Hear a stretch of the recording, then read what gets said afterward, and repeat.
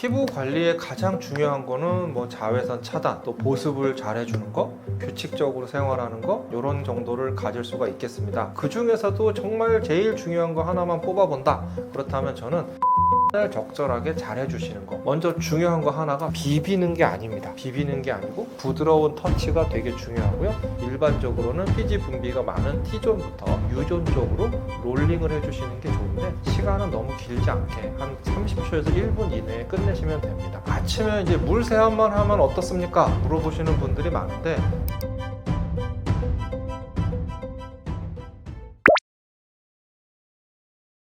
피부 관리에 가장 중요한 거는 뭐 자외선 차단, 또 보습을 잘 해주는 거, 규칙적으로 생활하는 거, 올바른 습관, 이런 거 정도를 가질 수가 있겠습니다. 그리고 그 중에서 저는 올바른 생활 습관이 가장 중요하다고 생각을 합니다. 이 올바른 생활 습관을 따져본다면 가장 중요한 거는 저는 꾸준함이라고 생각을 합니다. 이 피부 관리는 하루 이틀 해가지고 달라지는 건 사실 없습니다. 하루 이틀 하시고 마실 거면 안 해도 됩니다. 그래서 이 자외선 차단제를 사용하시고 보습제 사용하시고 이런 것들 꾸준히 해주시는 거 중요한데요. 그 중에서도 정말 제일 중요한 거 하나만 뽑아본다. 그렇다면 저는 이 세안을 적절하게 잘 해주시는 거, 이게 굉장히 중요하다고 보거든요. 왜냐하면 밖에 안 나가시는 날도 세안은 해야 되죠. 그러니까 밖에 안 나가기 때문에 자외선 차단제 안 쓰시는 날은 있지만 세안을 안 하시는 날은 없습니다. 제가 이 말씀 드리면 가끔 저는 밖에 안 나가서 세안 안 합니다 이러시는 분들도 계신데, 그러시면 안 됩니다. 그래서 이 세안이 얼마나 중요하냐면, 세안을 너무 이렇게 과하게 했을 경우에는 유분이 너무 많이 제거가 돼버립니다. 이런 경우에는 피부가 건조해지거나 뭐 심하면 트러블도 생길 수가 있죠. 또 거꾸로 세안이 제대로 안 되면 이런 노폐물이라든가 화장품 이런 것들이 피부에 전부 남아서 염증, 여드름 이런 것들을 일으킬 수가 있죠.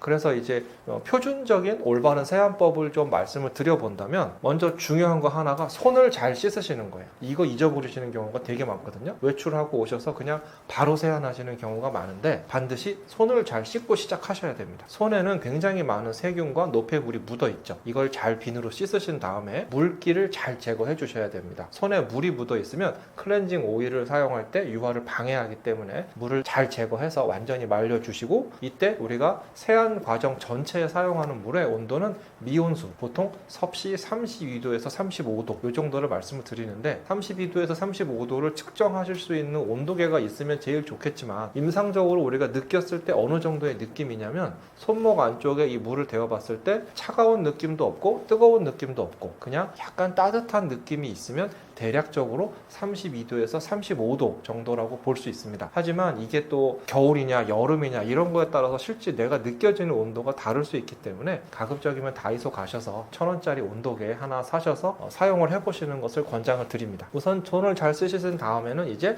클렌징 오일을 사용을 해야 되겠죠. 클렌징 오일을 얼굴에 부드럽게 묻혀주게 됩니다. 잘 안 묻혀지는 부분이 입 주변, 눈 주변 이런 부분입니다. 가끔 저희가 이제 레이저 시술할 때 본인이 스스로 클렌징 하시는 분들이 있어요. 근데 그런 분들 중에 입 주변이나 눈 주변에서 레이저가 지나가면서 다다다다닥 튀는 경우가 있습니다. 그런 경우가 바로 제대로 클렌징이 안 된 거죠. 그래서 이 입 주변이나 눈 주변을 신경 써서 부드럽게 클렌징 오일을 발라주시면 되고요. 거기에 손에 물을 묻혀서 유화를 시켜줍니다. 유화를 시킬 때도 부드럽게 해주셔야 되고요. 빡빡 문지르시는 건 안 됩니다. 그리고 유화를 충분히 식힌 뒤에는 물로 헹궈내고요. 그 다음에는 홈 클렌징을 이용해서 2차 세안을 하게 됩니다. 이때는 약산성 세안제를 사용하시는 게 좋은데, 거품을 충분히 내서 사용을 하시고요. 비비는 게 아닙니다. 비비는 게 아니고 부드러운 터치가 되게 중요하고요. 일반적으로는 피지 분비가 많은 T존부터 U존 쪽으로 롤링을 해주시는 게 좋은데, 시간은 너무 길지 않게 한 30초에서 1분 이내에 끝내시면 됩니다. 그리고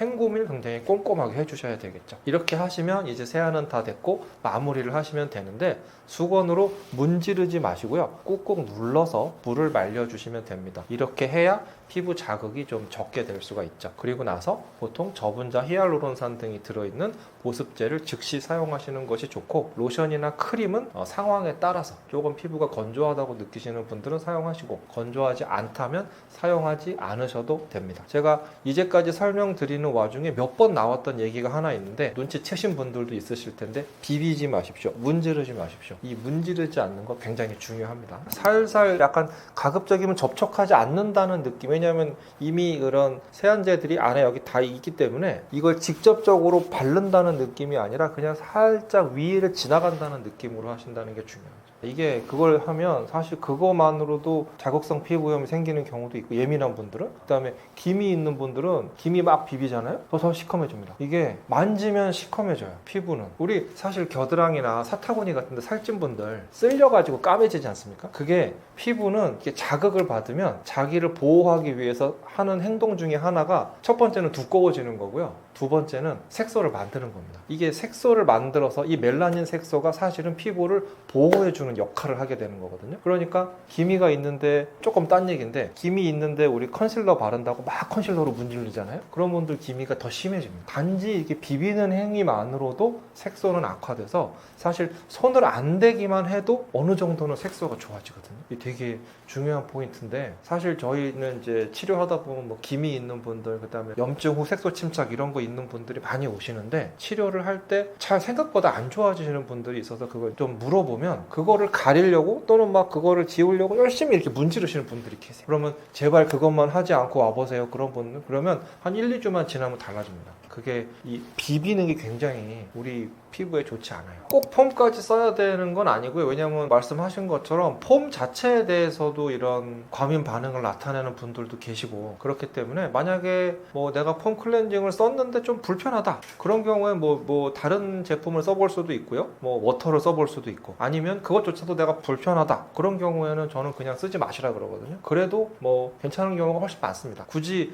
이거를 여기 나와 있는 걸 다 지킬 필요는 없습니다. 그러니까 오히려 뭔가 문제가 있다면 하나씩 빼보는 것도 저는 굉장히 추천을 드리거든요. 근데 사실 이걸 제가 집에 따라가서 보면서 이게 문제겠거니 집중을 찾아서 해보면 제일 좋겠지만, 현실적으로 그렇게는 어렵기 때문에 보통은 내가 이러이러한 단계를 거쳐서 세안을 하고 있다면, 근데 문제가 해결이 안 된다, 그러면 하나씩 한번 빼보시라고 그래요. 그래서 1주, 2주 정도 비교를 해봤을 때 개선되는 점이 있는지, 이게 그런 경우 의외로 많거든요. 그러니까 이게 꼭 제품의 문제일 수도 있고, 아까 말씀드렸던 이런 자극에 의한 문제일 수도 있습니다. 근데 사실 이거는 뭐 정말 케이스 바이 케이스라 정확히 뭐다라고 짚어내기가 되게 어려워요. 하지만 이렇게 빼봤을 때 효과를 보시는 분들이 꽤 많이 있습니다. 그래서 뭐 뭔가 불편하시다라면 빼보는 거를 저는 추천을 드립니다. 그리고 사실 그러신 분들은 화장도 조금 좀 적게 해주시는 게, 조금 얇은 느낌으로 하시는 게 더 좋겠죠. 막 엄청 두껍게 화장을 했는데 폼을 안 쓴다 그러면 사실상 좀 어려우니까요. 그래서 화장 자체도 조금 얇게 해주시는 게 어떨까, 이렇게 말씀을 드립니다.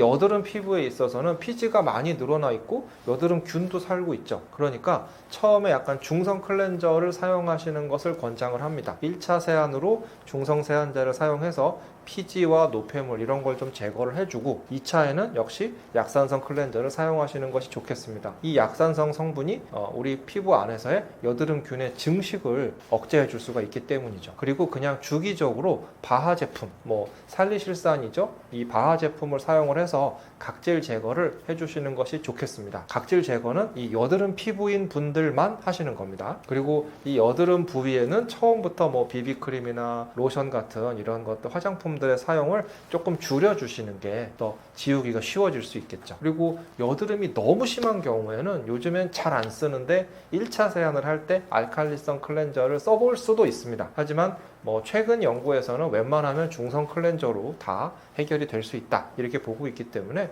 알칼리성 클렌저를 먼저 선택하는 것을 저는 권하지는 못하고 있어요.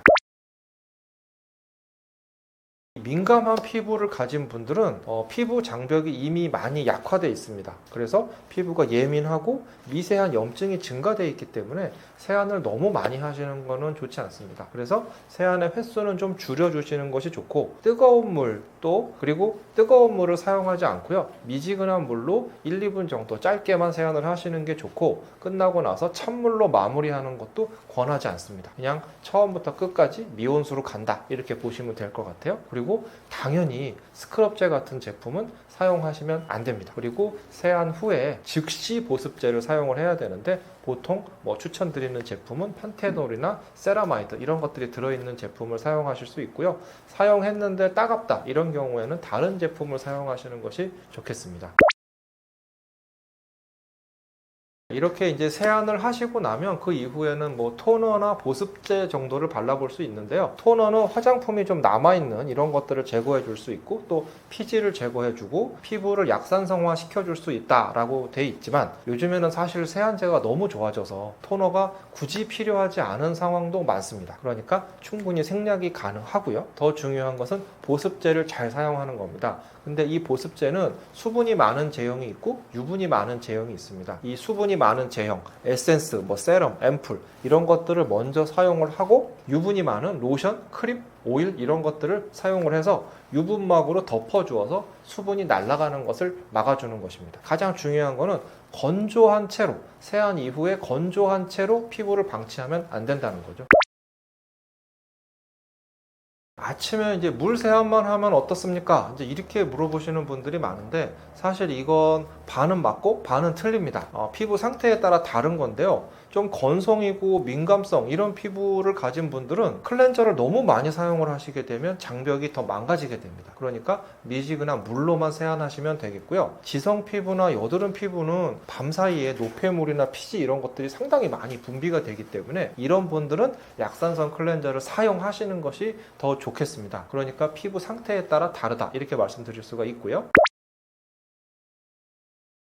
예, 이것도 물어보시는 분들이 굉장히 많으신데 세수를 이제 몇 분을 해야 되느냐 사실 정해진 답은 없는데요. 생각보다 짧게 하시는 것이 좋습니다. 뭐 세안 한 번 하시는 들어가서 막 10분 20분 열심히 하시는 분들도 계신데 보통 저는 한 1분 30초에서 1분 정도면 끝내시라고 말씀을 드리고요. 최대한 1분 30초 정도면 끝내시는 게 좋습니다. 이렇게 하시려면은 꼼꼼하지만 부드럽게 또 짧고 정확하게 하셔야 됩니다. 이 세안제를 오래 문지르게 되면 피부 자극 또 피부 장벽이 손상이 될 수가 있기 때문이죠. 과도하게 문지르지 않는 거 이 굉장히 중요한데요. 문지르는 것만으로도 트러블이 생길 수 있고 기미도 악화될 수 있습니다. 또 세안을 얼마나 자주 해야 되느냐 이거 물어보시는 분들도 많습니다. 보통 기본적으로는 하루 2번 아침 저녁을 말씀을 드리죠. 아침에는 뭐 우리가 자는 동안 피지라든가 여러 가지 분비물들이 나오고 저녁에는 당연히 하루 종일 바깥 생활을 하면서 묻혀온 외부의 이런 나쁜 물질들 또 화장 이런 것들을 당연히 지워줘야 되기 때문에 하루 2번은 기본적으로 해주시는 게 좋지만 이것도 역시 케이스 바이 케이스 상태에 따라서 조절을 해야 됩니다. 그래서 피부 반응을 관찰하면서 조절을 해야 되는데 세안을 했는데도 계속 개기름이 넘친다 이런 경우에는 한두 번 더 해볼 수도 있습니다. 하지만 너무 많이 당긴다 이런 경우에는 세안 횟수를 줄여야 되겠죠. 개인적으로는 저는 홈 디바이스 사용하시는 것은 괜찮다고 봅니다. 홈 디바이스 제품이 초창기에 비해서 요즘에 나오는 제품들을 보니까 굉장히 많이 발전을 했더라고요. 왜냐하면 이걸 병원에 가서 시술을 받으시려면 예약하고 가서 비용을 지불하고 시술을 받고 돌아오고 이게 사실 꾸준히 하시기가 쉽지 않은 면이 있는데 집에서 그냥 시간이 날 때마다 시술을 받을 수 있기 때문에 도움이 될 수는 있습니다. 다만 병원에서 사용하시는 장비와 이 홈 디바이스가 방식 자체는 거의 동일하지만 말 그대로 집에서 쓸 수 있게 만들었기 때문에 이 출력 자체가 상당히 낮아져 있습니다. 그러니까 일반적인 관리의 목적으로는 도움이 되겠지만 어떤 특별한 개선이 되기까지는 어렵거든요. 애초에 출력 자체를 낮춰놓은 게 누구나 써도 문제가 없어야 되니까요. 그러니까 그래도 꾸준히 관리를 하시면서 가끔 한 번씩은 병원에 가셔서 관리하시는 걸 추천을 드리고요. 질문에 대한 답은 집에서 쓰시는 걸 저는 찬성합니다.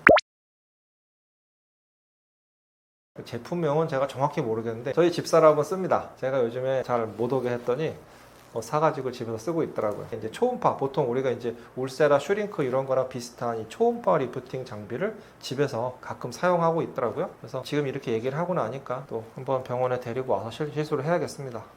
디바이스가 되게 좋아요 요즘에. 근데 약한 게 문제입니다. 그게 그래서 약간 우리가 병원에서 쓰는 장비는 이제 경주용 자동차라면 일반적인 자동차인 거죠 홈 디바이스는. 그러니까 이 트랙을 빨리 돌아나가기는 무리가 되겠죠. 약간 그런 개념으로 이해하시면 될 것 같아요. 하지만 분명히 앞으로 가는 차니까 걸어가는 것보다 빨리 갈 수 있습니다. 제일 확실한 방법은 이 전문 드라이버가 모는 이런 뭐 포뮬라 1 이런 레이싱카로 가는 게 제일 빠르겠죠. 하지만 내가 운전해서 가도 가기는 갈 수 있다는 거죠. 근데 어느 이상은 갈 수 없다는 거.